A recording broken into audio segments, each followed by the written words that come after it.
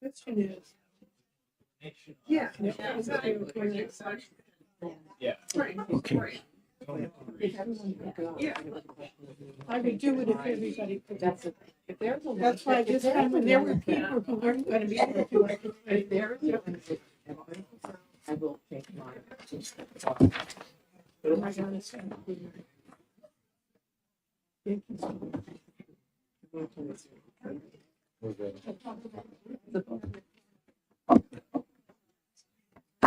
I'd like to go ahead and open up the executive sessions for today. And for the audience, I'd like to let you know that we will not be addressing these bills today, and I'll read them off. Some of these, but the ones we will not be taking the action on today, excuse me. HB 1517, that's a bill dealing with SWEP and a revenue source for the SWEP. That will be not held today. We are having a work session on that particular bill with the sponsor of the bill scheduled for Tuesday morning at 9:15. That will be in the calendar, and we'll be taking action on that bill on the Wednesday, the 14th. Bill has to be out of this committee by the 15th. So that bill will be taken up on that week coming. The bills 1583, 1586, 1686, and 1656. Those are four bills which have been in subcommittee, which we're working on. Those bills also will not be addressed today. The subcommittee has made recommendations on the various bills, excluding the SWEP bill, and the amending language is currently being written over in legislative services and working with folks also in the finance department over at DOE. We should have that back. We will be taking action on those bills on Wednesday, the 14th of February. And so on the 14th of February, bills which will be discussed and acted upon are the last of the early bills which we have. They will be 1288 due process, 1305, which is not an early bill, that's freedom of speech on college campuses, 1583, the base adequacy amount, 1586, foundation budgeting, 1656, which is special education component with inadequacy, 1517, which deals with the SWEP and the different revenue source coming from gaming, and 1686, which deals with the SWEP also. That is directing that excess money to go back for the purpose of funding adequacy throughout the state. So all those bills will be taken up next week. So if somebody's sitting here waiting for that, you don't have to spin your wheels any further here today. You're free to go. And I see the Department of Revenue Administration be pleased to leave, and you're off the hook. So that being that, the other areas which we're looking at that we're looking for more information, the next bill down which we have that we'll be looking at today is HB 1509.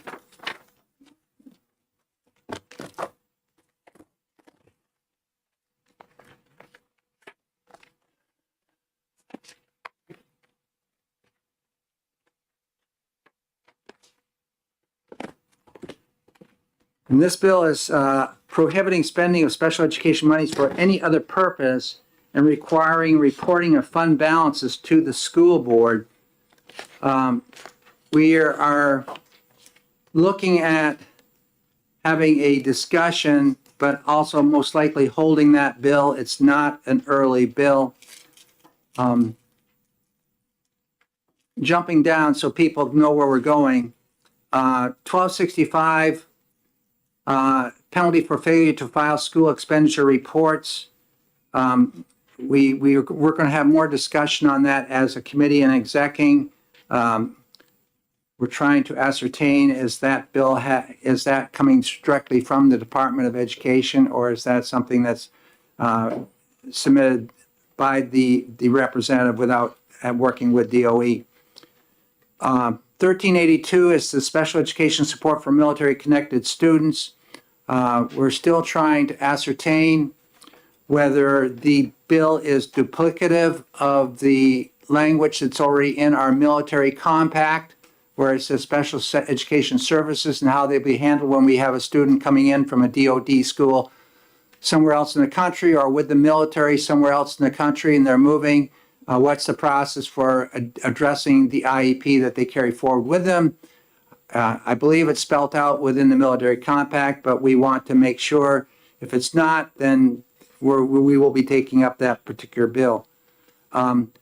Next one down, 1311, District Collection Development of Reconsideration Policies. We will be discussing that today and most likely taking action on it today. 1452, the position of superintendents of schools and business officers within the school districts. We will have discussion on that today and then move forward with it. Duties and responsibilities of SAU superintendents. We will be addressing that bill today.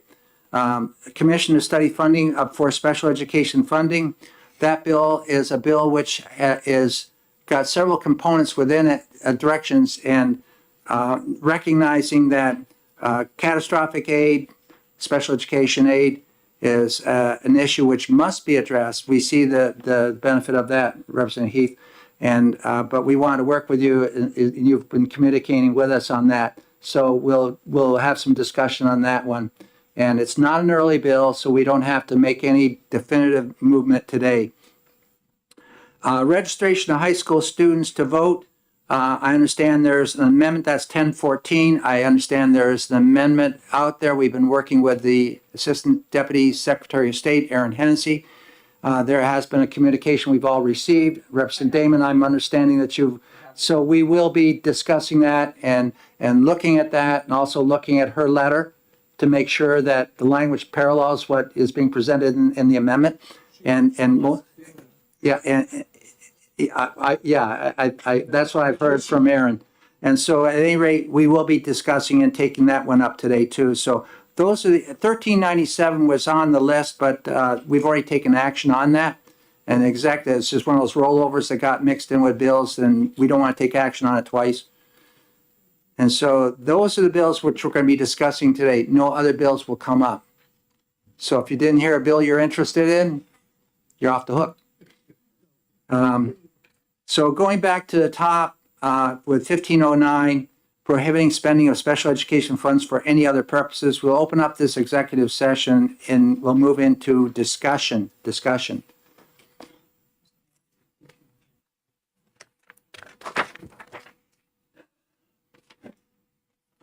I'll open this up, and then this is an executive session, so so that's where we are in discussion.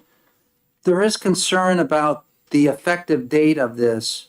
April 1, 2024, it says it'll be effective. That's right upon us, that date. That's a concern that a number of folks have raised, and we even, I think, addressed that briefly during the presentation of the bill. So it's open for discussion. Anybody want to? By the way, I'd like to introduce Representative Say and Representative Howard and Representative Heath, who are standing in today for subbing for Representative Howard. Over. Representative Hall. Hall is for Hall, yeah, right. And of course, you're always here, Mary. You've been on this committee before as a full-time member, and you're a permanent sub with us, and we appreciate that. And Representative C, welcome. Thank you. So we have 1509. Any discussion on that bill? Yes, Representative Luno. Sure. Thank you very much, Mr. Chair. And House Bill 1509 adds a provision, new provision that says that essentially saying that this special education differentiated aid can only be spent on special education purposes. And so I think we gotta maybe take a look at what that means in the larger scope of public school funding, and you know, sort of finger in the wind. We've heard it from a number of places. We've actually seen some data that supports it, that the average cost of special education services, and this is average, and I know averages aren't great numbers, is somewhere in the neighborhood of $27,000 per student. And the differentiated aid amount of special education is more like $2,300 per student. So that amount doesn't even come close to what the local school district has to raise to perform special education services. Similarly, that amount, the $2,300, is again just an average, and isn't based on providing specific services. It is in a formula called adequate school funding. And so it's for the school district to provide an adequate education for all of its students. So I think if we're starting to peel away these differentiated aid factors, special education, free and reduced price lunch, English language learning, that we're really walking away from our obligation to fund an adequate education for all students. And it's all part of the formula. It's part of the formula that calculates the cost of providing an adequate education for all of a district's students, not just the special education students, not just the free and reduced price lunch students, not just the English language learners. And for that reason, I don't think this bill should move forward. I would support an ITL, or I'd support an interim study if we want to gather more information on it in conjunction with our school funding information.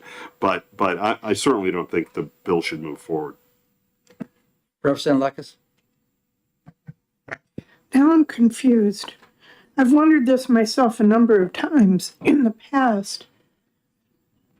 Why, if we're giving a bump for free and reduced lunch, are we not using that for free and reduced lunch kids? Why, if we're giving a bump for special education, are we not using that money for special education kids? It seems like if that's what we're giving the bump for, that's what the money should be spent for. And I don't understand how that's not adequacy. It's adequacy for those kids because they need that extra money. So can you explain it better? When we appropriate money for the opportunity for an adequate education, there's two components which go into it: the base cost and the differentiated aid. And the Constitution says that we have to fund all children equally, regardless of property wealth or property poorness within a community. So it's based on the children, your per ADMR. And so then we allocate it's not target, none of the differentiated aid it's listed as free and reduced or ELL or special education. But a superintendent does not necessarily have to use those monies directly. They're non-targeted dollars.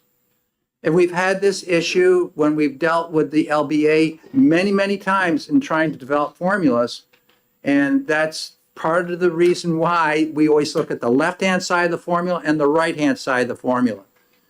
So it is, it's a difficult issue, but we've tried to go the other way around and we've been told we can't do it.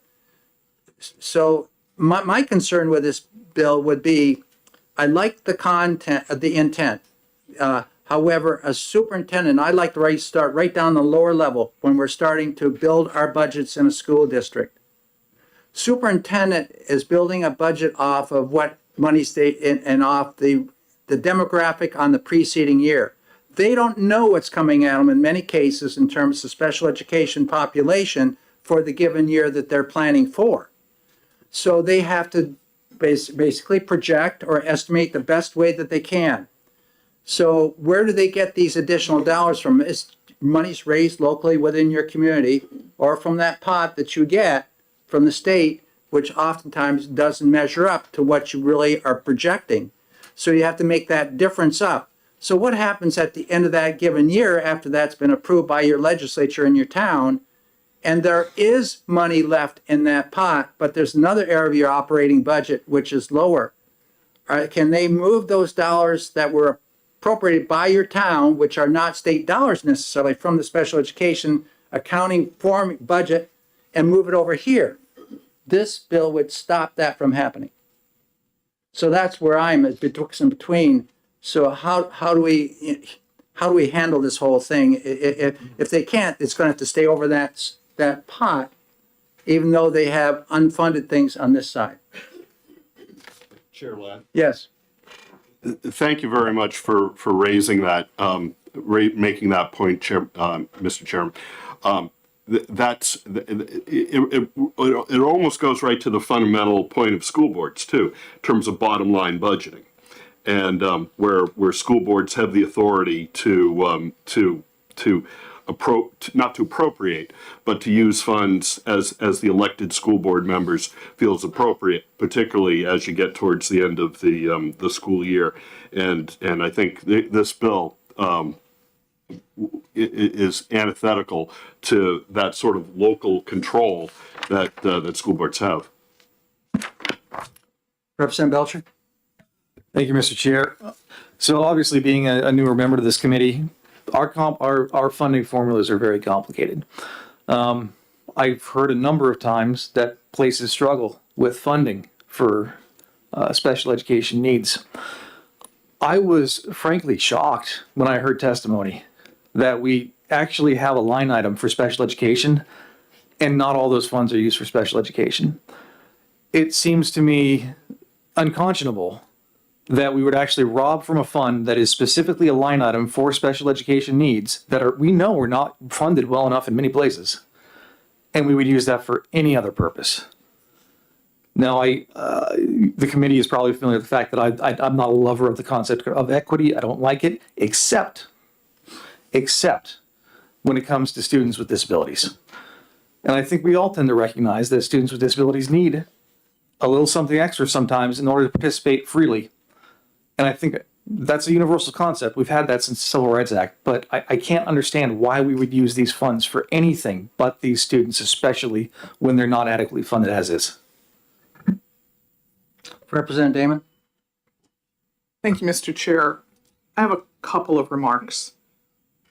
I'm going to start with acknowledging that I was here for the entire hearing on this bill, listening intently and making many notes, and I did not hear what Representative Belcher just cited.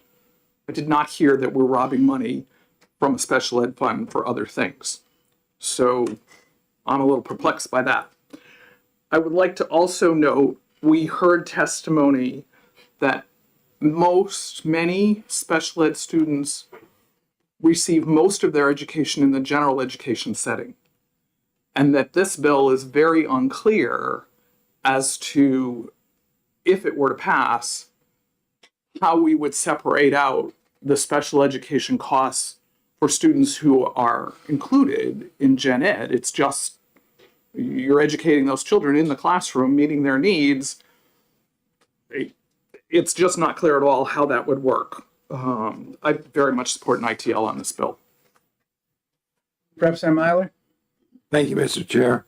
I just want to echo Representative Damon's comments, but I want to add too that special education has a certain oversight on each school board. There are a limited amount of money and we've heard that time and time again from various testimonies on various bills about the dilemma of special ed money and the lack thereof from the state to do that. We heard testimony from a superintendent that basically said, look, there are reports that go on all the time, almost on a monthly basis. So the oversight for the expenses of special ed are very clear.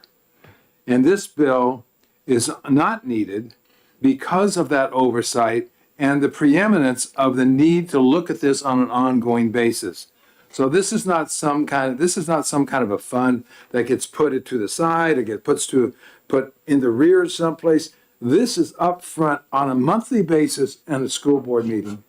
And so I think that this is not needed, and I would ITL this motion.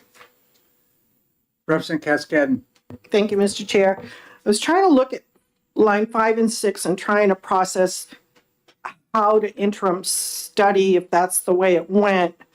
But I'm coming up short. In practicality, your special ed budgets do have line items and are reported by line item, line item. If Jane Doe needs CTV, then that's, a piece of equipment in that line item. If somebody else needs an individual aid, that's in a line item for personnel specific to special ed. And it is tracked. A school board must approve all of those expenses every time they meet, so they're called warrants. And then, in my experience, those warrants all went to the city, and the city had to sign off on all of those on a monthly basis as well.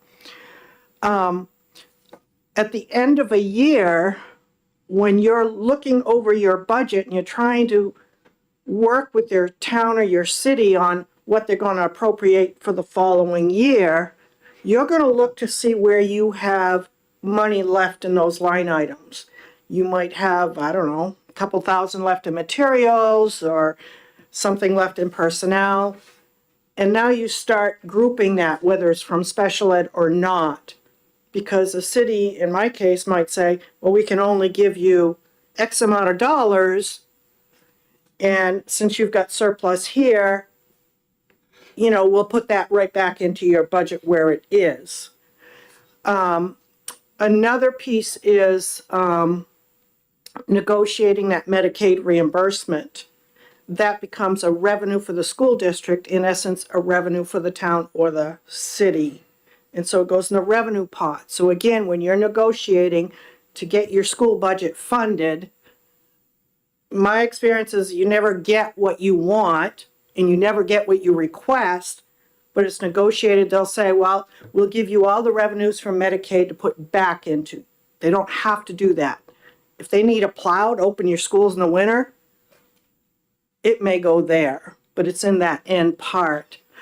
The other piece, your budget in particular in special ed can change on any given day. Take, for example, a family that starts a school year, has 3 students in your district, all 3 require special education services. Then come February and March, that family packs up and moves. Now you might have extra personnel, you might have bought special materials for any one of the children or provided services. So now those dollars aren't necessarily expended. So you get a balance in those areas. You may have a student all of a sudden whose foster family moves to the city, which has happened.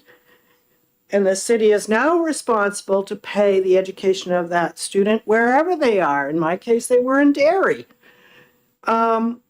So it's that fluid on special ed. But at the end of the day, most of those dollars all stay in special ed. Because if there's something that you've been wanting to purchase for the need of something, and you have extra money, you have that flexibility to do that. What I'm worried about is this bill would prevent you from being able to use your dollars where they are best served towards kids. So I would I can say we don't need it. echo that. And I'd say ITL. when I was putting budgets together, and if I did have a balance left in an account like that, but I also looked over here and said our fuel tanks in the buildings are empty, and the price of fuel now is a great buy, and if I wait, it's going to spike. Why not put that money over here to save the taxpayer dollars later? And that's what I did. And so it's and the balance oftentimes was a result of just what you said. You're projecting, but the projection is maybe projected higher because somebody left or any circumstance variable. So those are some things which have to be considered, that local have to be left with that decision-making ability. Yeah. Representative Dry? Thank you. And maybe Representative Cascadden, or you could answer, where do federal funds for special ed fit into that? Are they targeted? I don't think they're. IDEA funds stay in IDEA Yeah. because those are through the grants management system. They're not the type that are raised through your community, which are appropriated locally. They're different, and you have to use them accordingly. in accordance with federal law. That is used for special ed. Other discussion, Representative Tanner? Aren't the federal funds generally overseen by the Department of Education? That they're the ones that kind of keep track Well, of? there's reporting back, yes, Yes. yes, it's grant money, Yes. yes. Further discussion? Okay, I'd like to, we'll have a caucus before we take action here, before we recognize any motion. But there will probably be a need for several caucuses today. So let's jump to another bill, then we can come back to this bill because we do not have a motion on the floor. Representative Cordelli, have you been able to make any contact with the military compact people? I have not. Okay, I was okay. Find out, I can go call them Well, right now. well, Or whenever it's Well, convenient. yeah, whenever it's convenient. Let's keep moving here.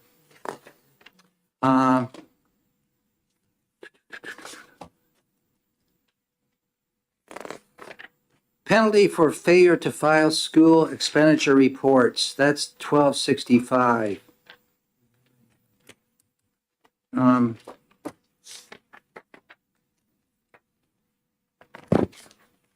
1265.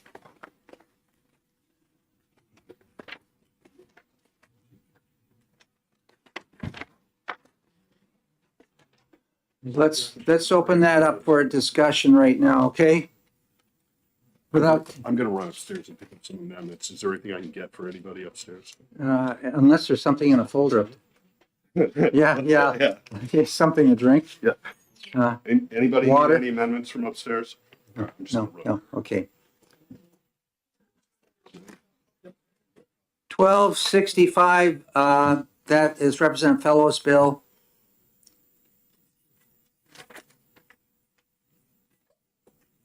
What we had for that one? Okay. Because, However, everybody on that. Do you know? want to make a motion? Well, no, how are they on that? Check to see how they are.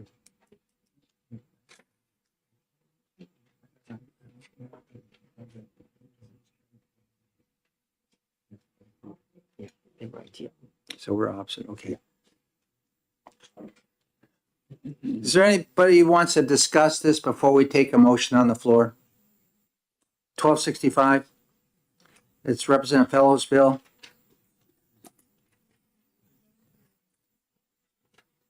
Was this, for anybody in the committee, was this a request of DOE? You think it was? Yes. It was. I have written on here that Mark said it's a part of it. Did he make any reference to the second section there, which is the new paragraph? 14, lines 14 through 21?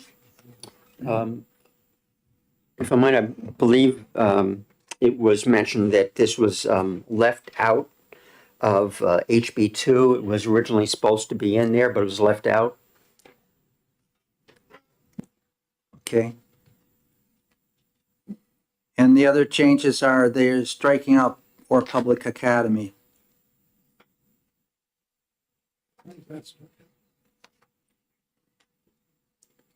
Do you remember why? So my notes say, the public academies don't set taxes. Oh, right. So it doesn't align, basically. Yeah. And so our recommendation was OTP. Mm-hmm. Okay, Representative Lekis, do you want to make a motion on that? I move OTP. Is there a second? I'll second. Okay, we have motion OTP on 1265, made by Representative Lekis and second by Representative Cordelli. Further discussion? Representative Lekis, do you care to speak to your motion? Just that this was requested by the DOE and it makes sense.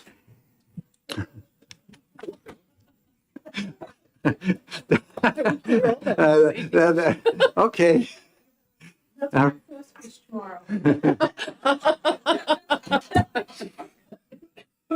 Okay, is there any further discussion on this bill? No further discussion on the bill? Okay, Madam Clerk, will you please call the roll on 1265? Vice Chairman Cordelli? Yes. Representative Blackus? Yes. Representative C? Yes. Representative Belcher? Yes. Representative Dry? Yes. Representative McDonald? Yes. Representative Noble? Yes. Representative Petronil? Yes. Representative Cortiello? Yes. Representative Myler? No. Representative Cornell? Yes. Representative Tanner? No. Representative Luna?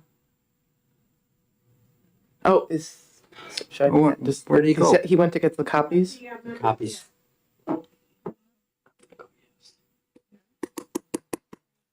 Go ahead and jump to the other people, but I won't put the gavel down until he gets back. Representative Heath? No. Representative Woodcock? No. Representative Howard? No. Representative Balboni? Yes. Representative Cascadden? Yes. Representative Damon? No. Chairman Ladd? Yes. And back to Representative Luna. And He's he's what? here. Representative Luna, Representative Luna, HB 12. we're in a vote to look at 1265. The motion is OTP. No. Okay. Mhm. So the total vote is 13 yay, 7 nay. 13-7. The motion passes. Okay. Going on to the next bill.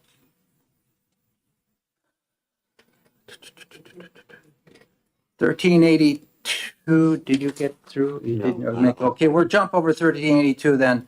We were in agreement. We were in agreement on 1550. Yeah, so we'll go to 1552. HB 1552, we'll go to that one next.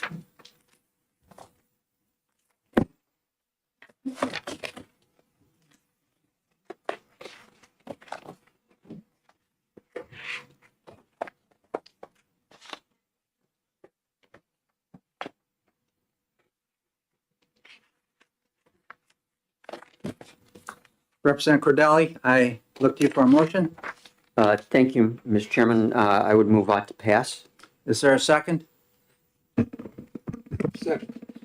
Representative Myler makes a second on that. So we have a motion OTP on 552. This is relative to the duties and responsibilities of superintendents of school administrative units, made by Representative Cordelli and second by Representative Myler. Further discussion? Yes. Very simply, in statute now, it says that you can have a superintendent, but it's not required to have a superintendent as long as there is someone assigned to perform superintendent services, which are defined in statute. In many places throughout, though, given our education statutes, it says the superintendent shall, etc. So this clarifies in all those places that the superintendent shall, or personnel assigned to perform superintendent services under RSA 194, C5, etc. So it's a clarification about the statute. Further discussion? Yes, Representative Woodcock.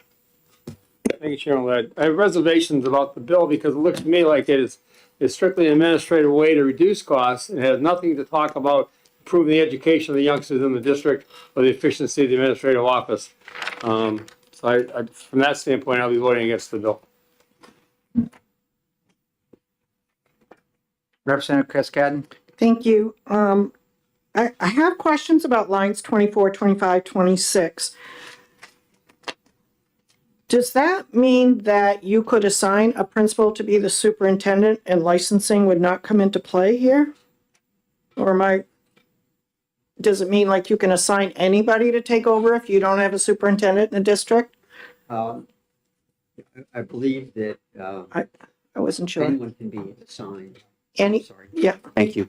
Anyone can be assigned to perform the superintendent services. It could be the business manager, the principal, etc.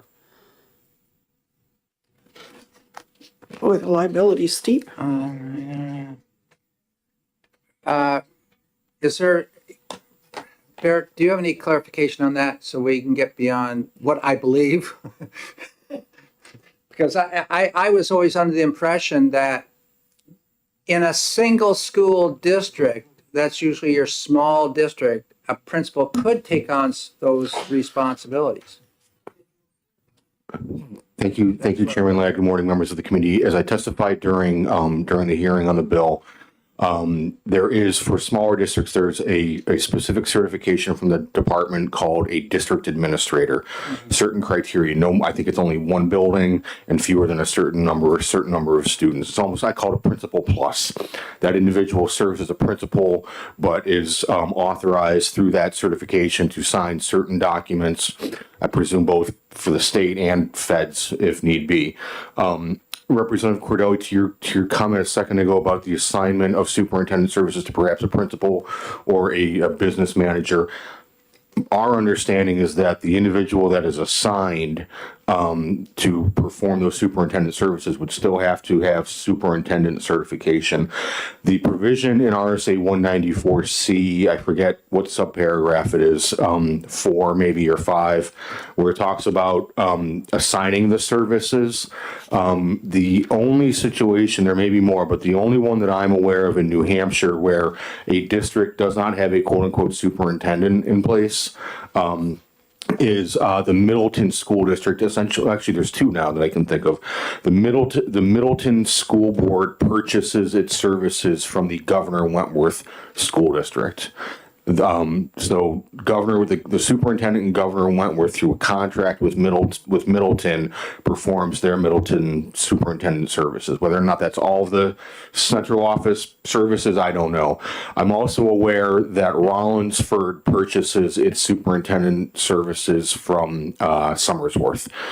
There may be more, but those are the two that I'm aware of. So you either need, again, our understanding is that the individual would need to have a certification from the department as a superintendent, or in the circumstances I talked about, that district administrator position, where I think there's only one in the state that is doing that now, and there were a couple other that have tinkered with it over the last 10 or 15 years.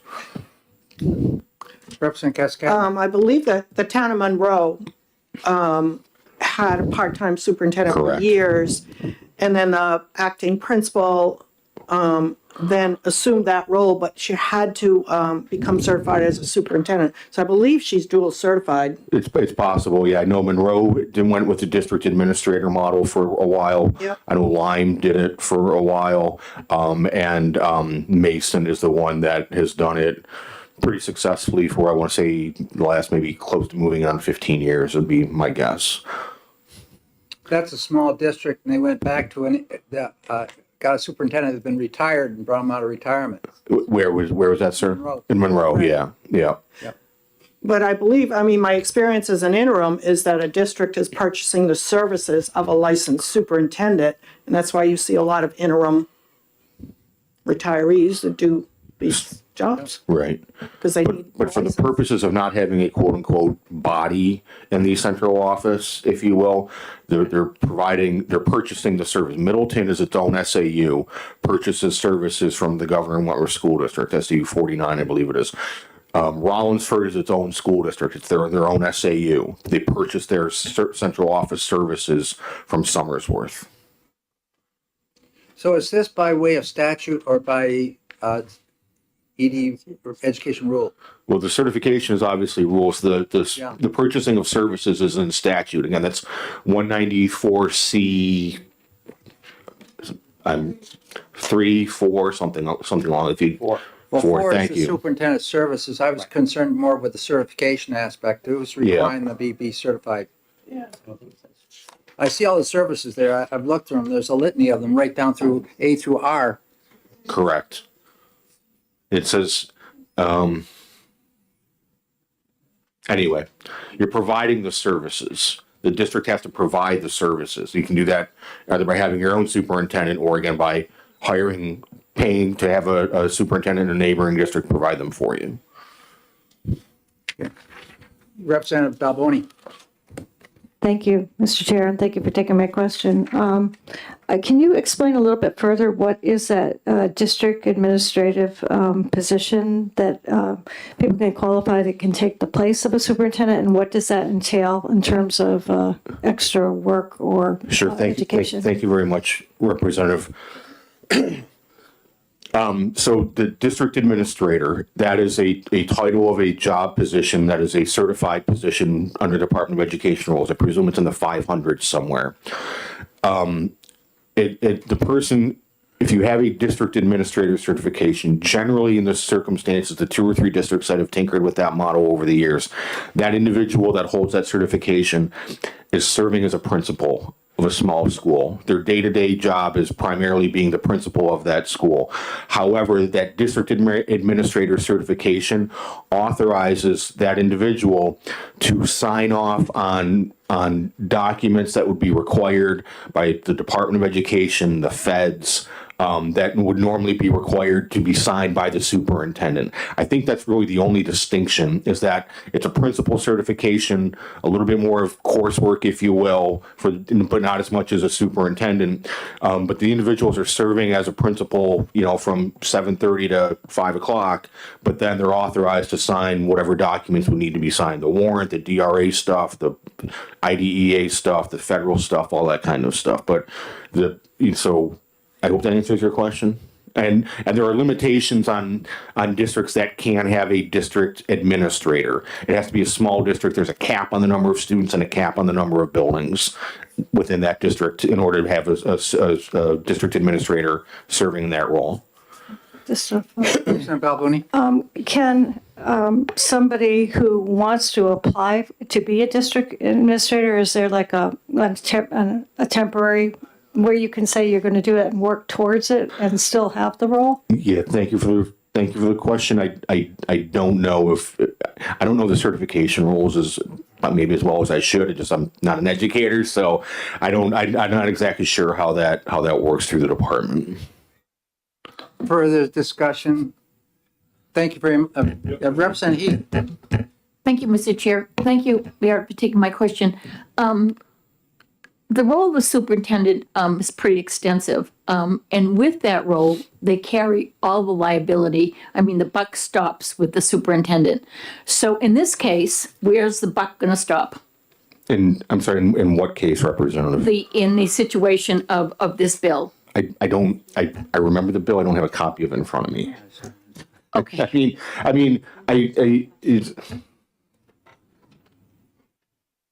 Thank you. Thank you. So, will this position carry the liability for that district? I think in reading through the bill again, in relative to the fire safety measures, I think as I'm reading the bill, and not speaking to your intent, Representative Cordelli, I'm reading the bill as for the fire safety measures. The superintendent could then, personnel assigned. The superintendent. I'm sorry, I'm trying to piece together a couple different things here. And may assign to one. Okay, so reading the current law, you don't have to have and you may assign these services to one or more sort of personnel working for part-time. Or such services may be independently contracted. I'm not aware of any districts that have the one or more administrative personnel working for part-time, the services. Well, or if they are, I could probably use some help from an administrator, maybe.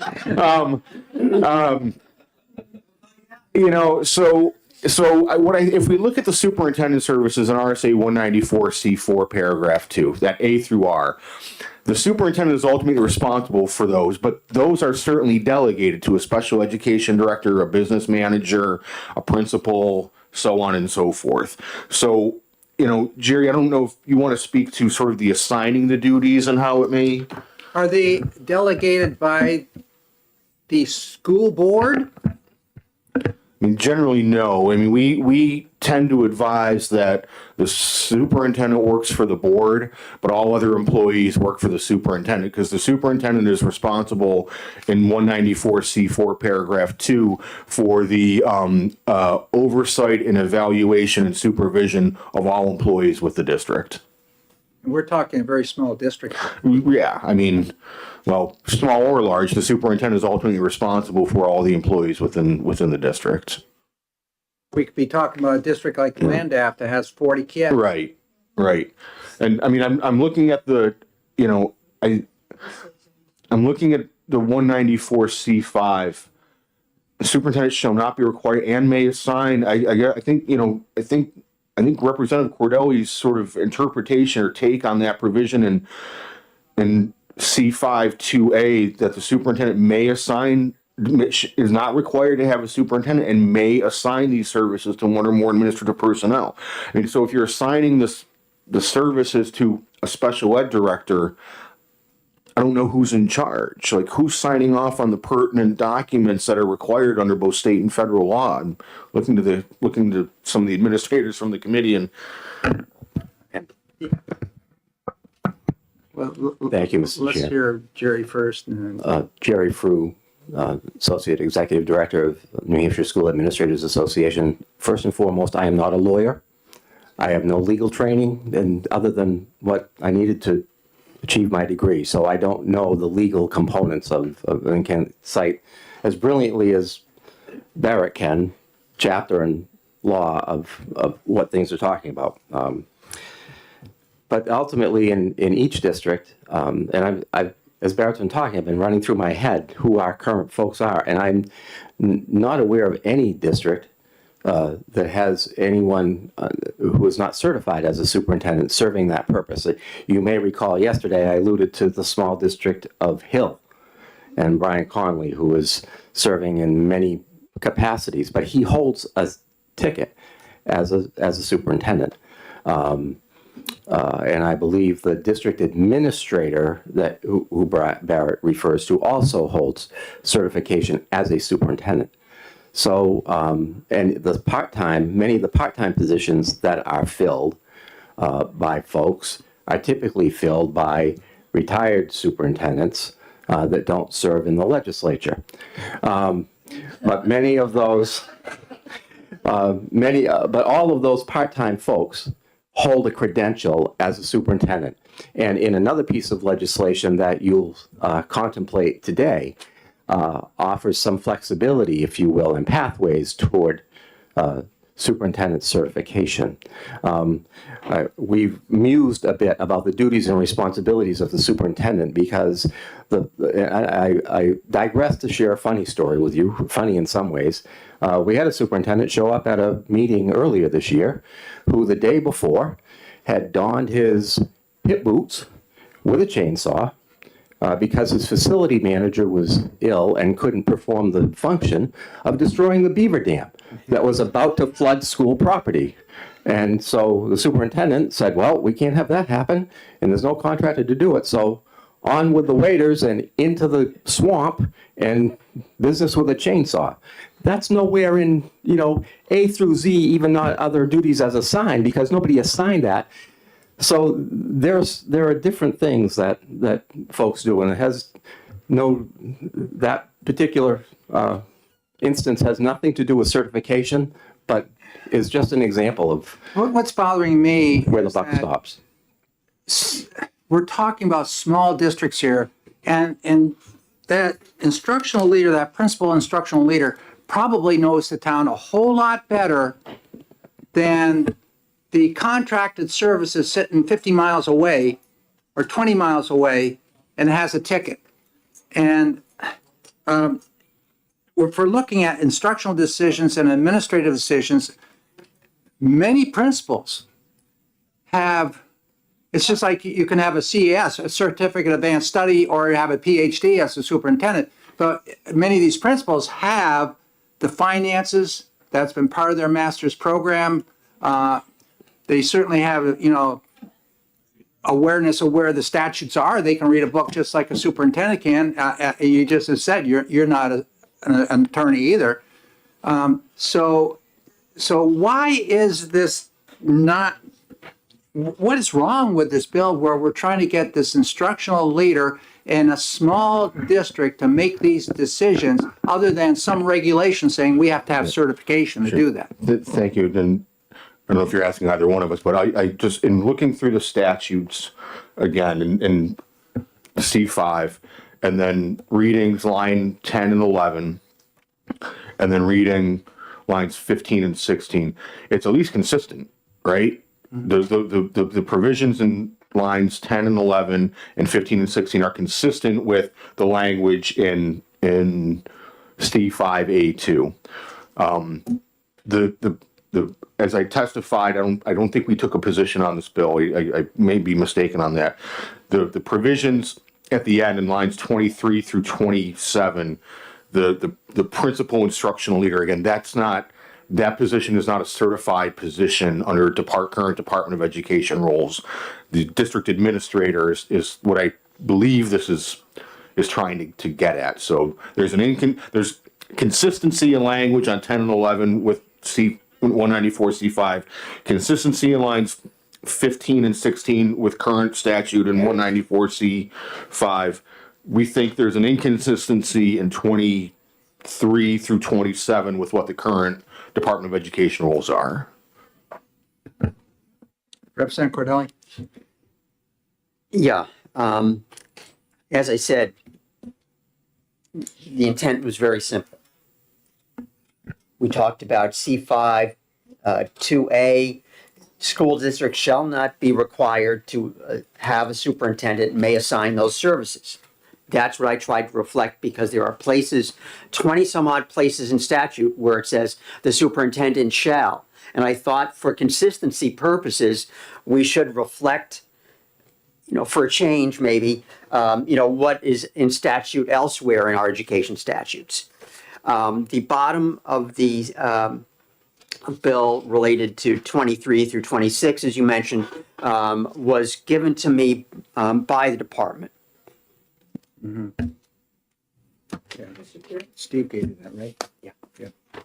Yeah. Yes, Representative Tanner? I see that the bottom number 4 is for single district school administrative units.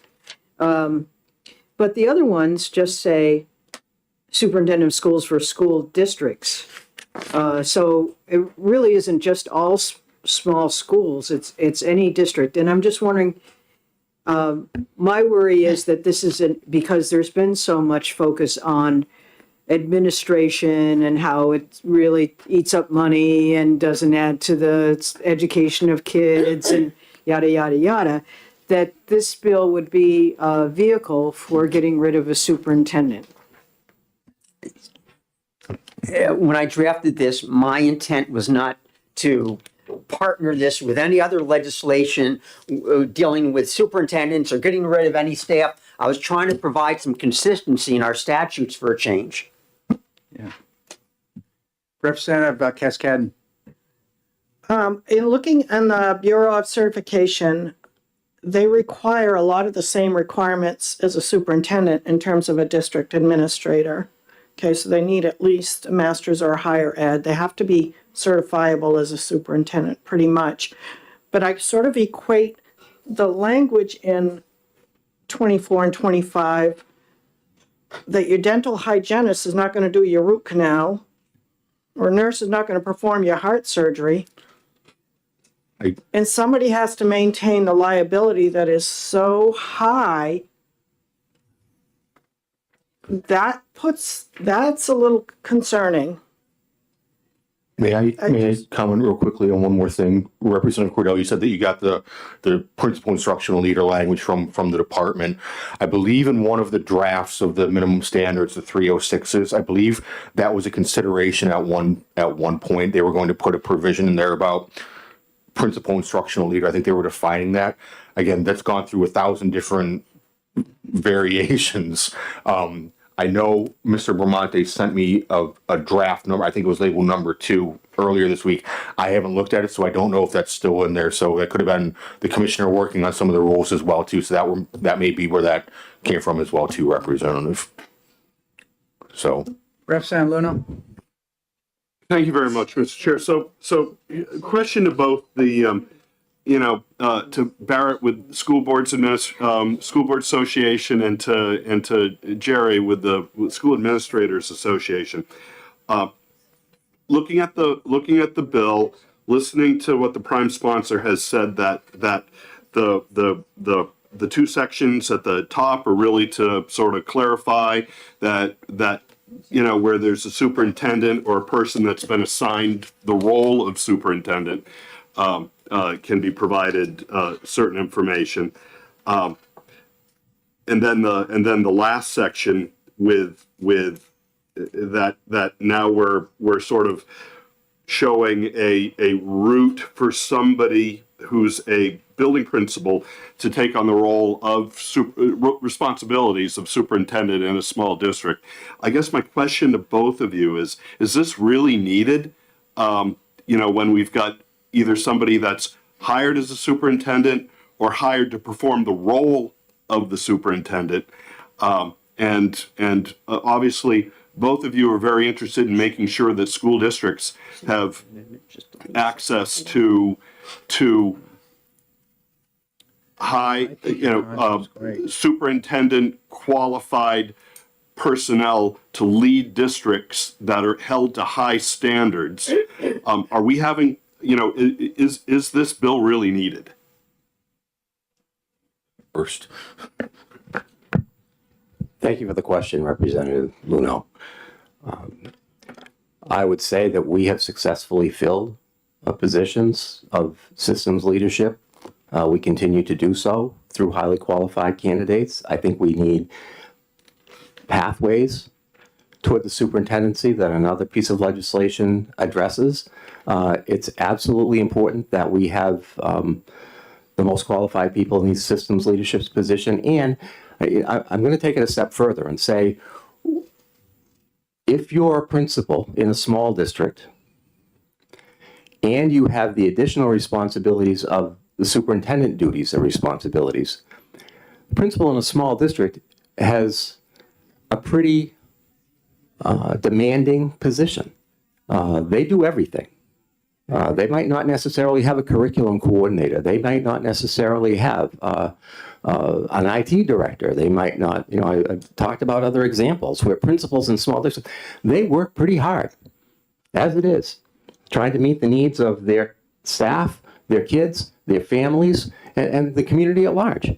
And so to expect even that a principal can successfully execute all the duties of where the buck stops, if you will, in addition to the daily responsibilities of monitoring the lunchroom, is a big stretch. And so I think that it's, we've managed. Our state has managed to fill those positions. And so I would suggest that we have a system in place that's working with a little more flexibility, can work even better. Representative Paterno?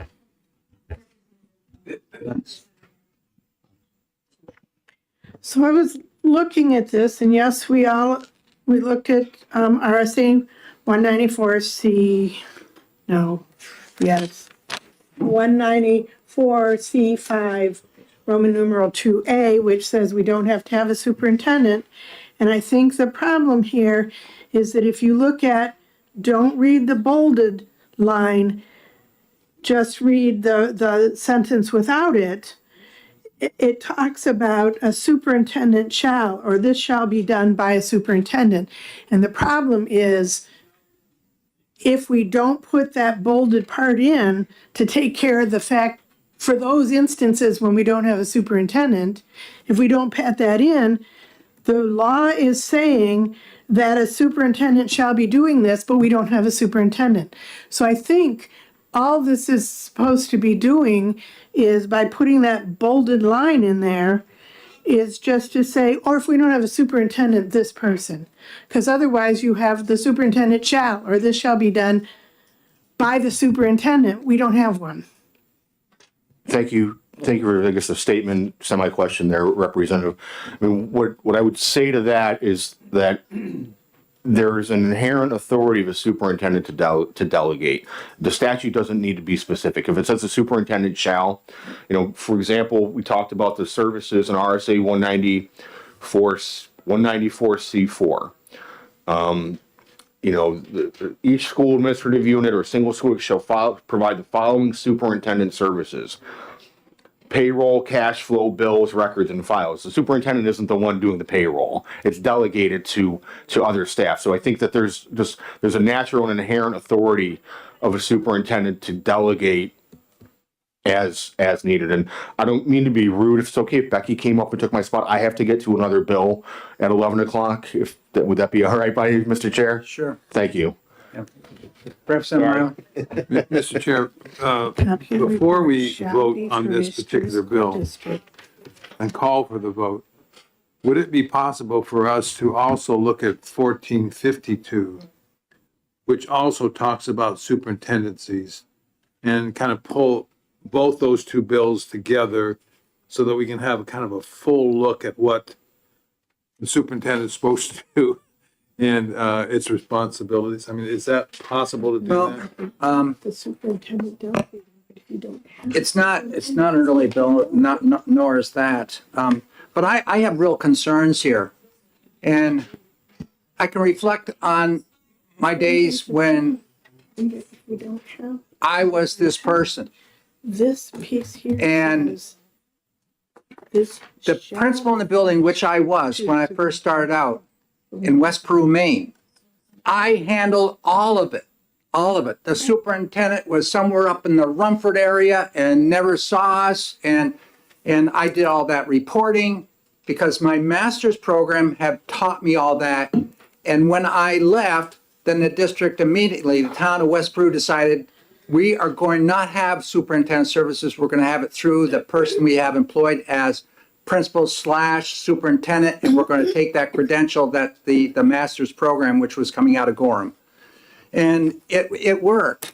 And I can also recall when I was this young officer in Vietnam, and every battery out in the field had a captain. Well, the captain was worthless. The one that was running the show was the executive officer. Here was a lonely second lieutenant, then first lieutenant. And I was able to run that battery better than that captain was. And so you can delegate, but it's what's above the shoulders which gets the job done. And I think if you have a proper person in the place, you can get it done. And the credentials, I respect superintendents and I understand what they've gone through. They've just paid a few more bucks for their degree. I'm Chairman not trying Ladd. to put you down over there, but I really truly believe that these people can do the job. And in a small district, you're talking about, you're going to have this contracted service, and it's an additional cost for a small community that can't afford it. Can we call caucus, please? Pardon me? Can we call caucus? Not just yet, no. We will, but we're not going to take action on this. So at any rate, we're going to get all the people that have their hands up first for the discussion. Representative Woodcock. Thank you, Chairman Ladd. I'm listening to you talk, it's almost like we don't need any administrators, just hire the people who can do the job. We don't need licensure. I'm not suggesting you didn't do a hell of a job, I'm saying. And my concern is in lines 24, 25, 26, as they were when we took the bill up. I was going to ask Barrett, but I'm sure Mr. Poole can answer the question. Currently, in DOE regulations, and maybe Ms. Wilson could help us, because we don't have a DOE attorney here, right, to help us for DOE? I don't see anybody from DOE Okay, here so we have to today. use other services. So the principal instructional leader, is that a category? Is that a certification? Thank you for the question. in listening to what Representative Ladd was just referencing, a principal who also would act in the capacity of having some of these superintendent services under their jurisdiction. It's my interpretation, and Jerry may feel differently or not, but that person would qualify to become certified as a district administrator. That is the certification. The qualifications, it's 506.06. District administrator is the administrator of a school district or an SAU with 400 or fewer total school-age enrollments, no more than 2 public schools as defined in 306. And then it enters out in terms of you have to be a certified principal, you have to meet the qualifications, et cetera. So that person would fall under that certification probably. So my question, Ms. Wilson, is the title as referred to in this bill that someone may be certified for, principal instructional leader there? I'm looking right now. I didn't find it, so. I don't believe that That is title. a certification title. Okay, so the bill refers to But having I'm- certified as a principal instructional leader. We don't have that position. The other question, and I have a difficulty with, is line 25, and it's not anything to do with you, you just had to be stuck there, is the fact we don't have a definition of rigorous process. It talks about, first of all, we don't have the position. It's not there. There's no certification for that position. And we're making it up. And then we say we have a rigorous process for selection, but we don't have what that is either. We don't have a definition of what rigorous process is. So I don't get it. So I understand small schools, one guy doing or woman doing a heck of a job, and it happens all over. Well, we're not debating with the folks here are pleasant enough to come up and help us out. We're debating amongst the club right here. Well, thank you. Since I could, thank you. But that was my point, both of you. Representative Damon, did you have your hand up first? Thank you, Mr. Chair. Representative Woodcock said most of what I was going to say, so I will just concur. Thank you. You're welcome. But also, in the prior hearing on this, and I'm looking at line 18, 19, it was noted that single district school administrative units are not necessarily small. Manchester and Nashua fall in that category. So we need to be careful in looking at this, that we're not only speaking of it for these little rural districts. There's more in here. I find this, the language in the second half of the bill to be vague and very concerning. If we had like a small district with 100 or fewer students, would that make a difference? Well, Representative Lucas. So I have a procedural question as far as how these things come to be. So we currently don't have a principal instructional leader, but if we wanted one, isn't this how we create it through law? We create a position? I'm not sure, but that was what I thought, is that we create the position and this describes the position. It's done through the Department of Education. Is that how it's done? Yes, That's yes. why I wondered. Yes, Thank you. Yes. Jerry? Thank you, Mr. Chairman. I just want to restate, we have a vehicle for that. Yeah. Exactly what Representative, like I said, alluded to is the district administrator that could be the superintendent, the principal plus, as Barrett alluded to. We have that certification. That's already available for districts who choose that route. Yeah. Is there any more discussion amongst the committee? Representative Heath? I just want to make a comment about you were talking about your role as an administrator in your school district. I think, in fact, you carried out a role, but ultimately the superintendent was overseeing you somehow, some way, and he or she would be responsible.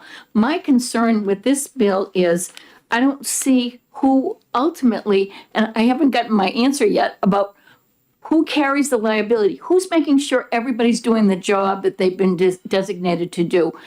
Where does the buck stop? Who's responsible? Would it be the, as we say on line 24 there, the alternative certification as principal instructional leader? Would that person be the one where the buck stops? Or would it be the school board?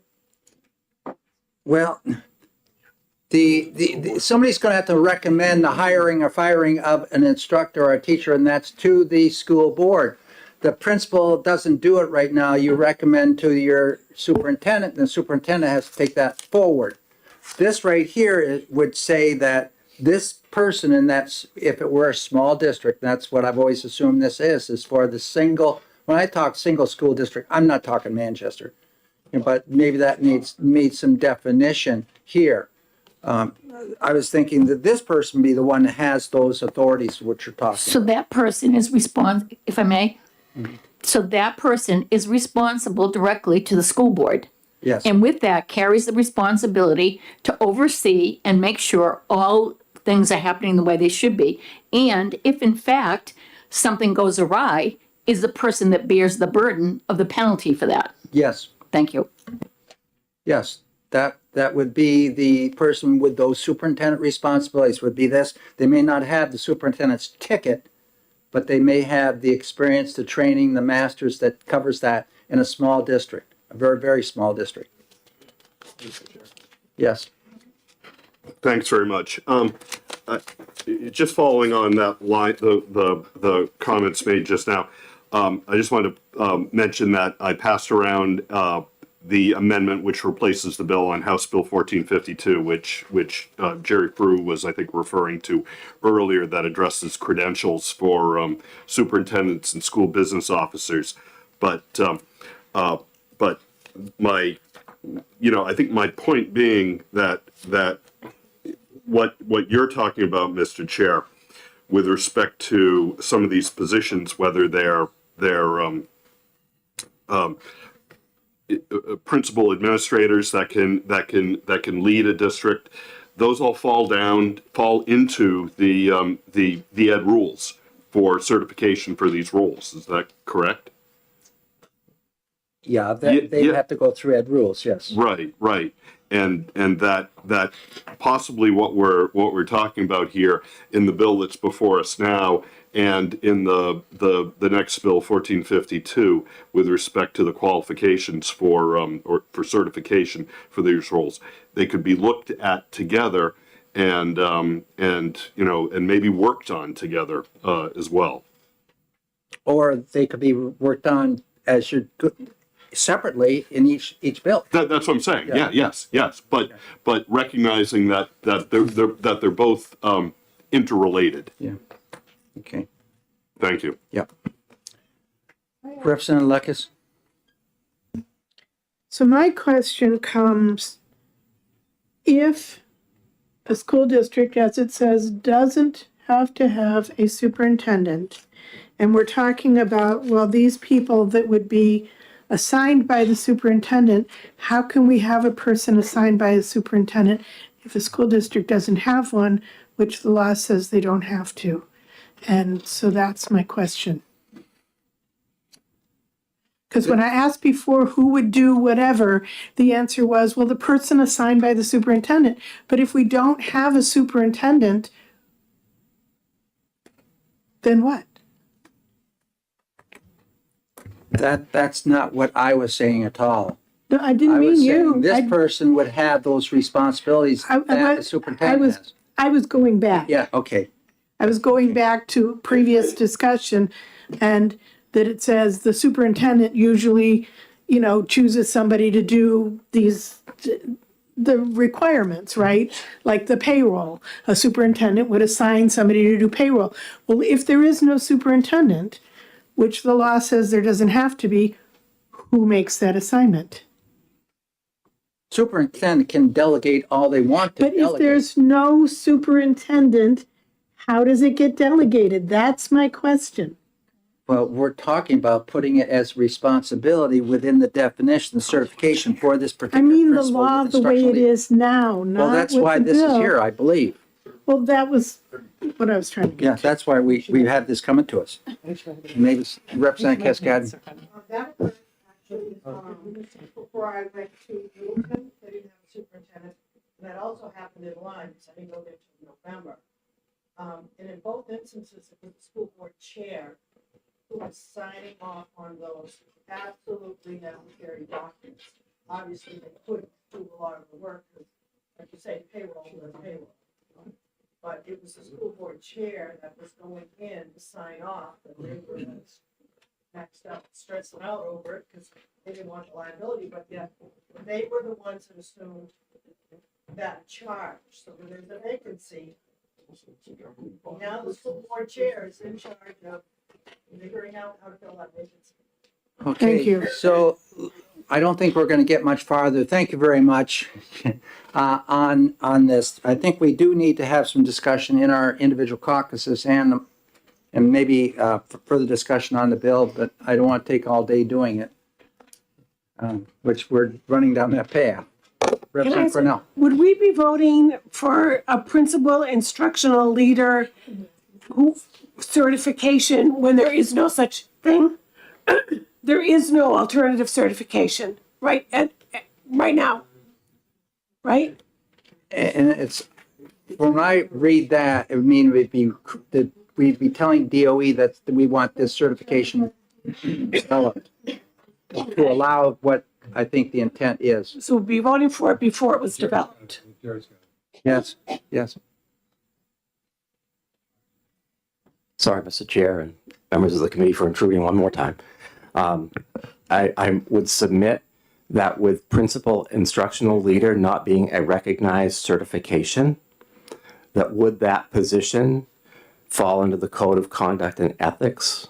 We've had that introduced in other areas. The district administrator, because it's a state recognized certified position, would fall under the Code of Conduct and Code of Ethics. Principal instructional leader isn't a recognized term, so I just raised the question, would that fall under the Code of Ethics and the Code of Conduct, because it's not specific. I don't know the answer to that. Again, it's just a question that popped into mind. Thank you. Yes. I know that Representative Cordelli, intent, spoken intent was for small school districts, and you discussed small school districts as applicable to this bill.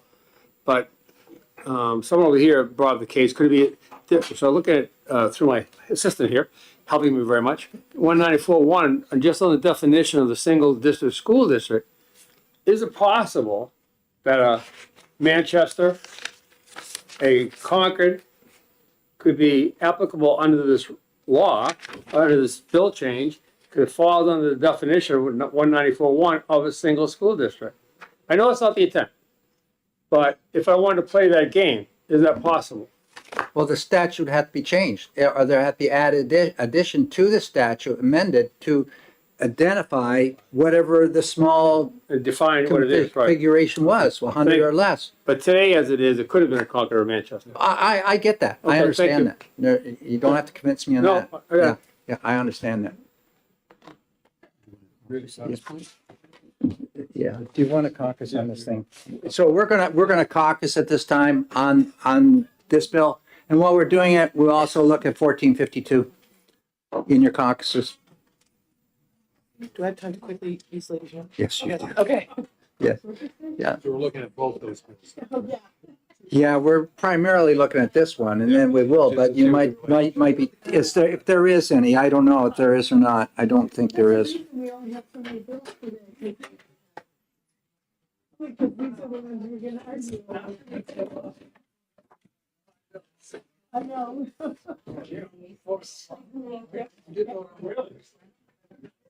Yes, we did.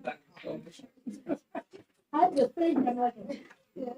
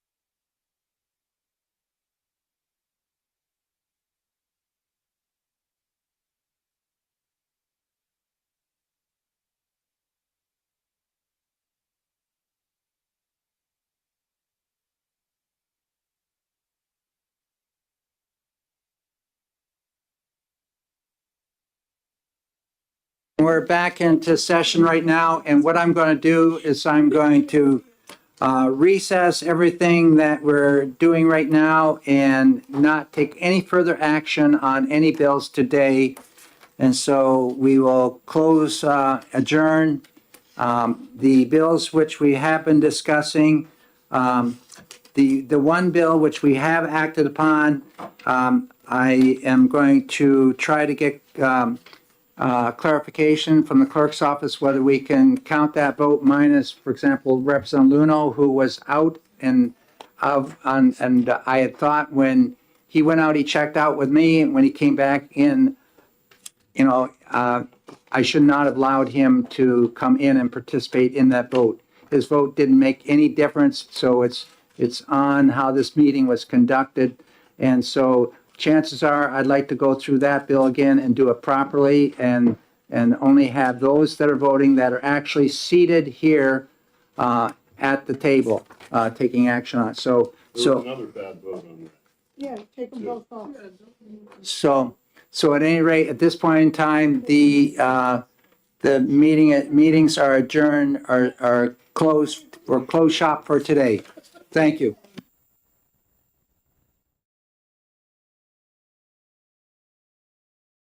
We're not on anymore? Okay. Because I'm just saying that my vote wasn't the only bad vote on that.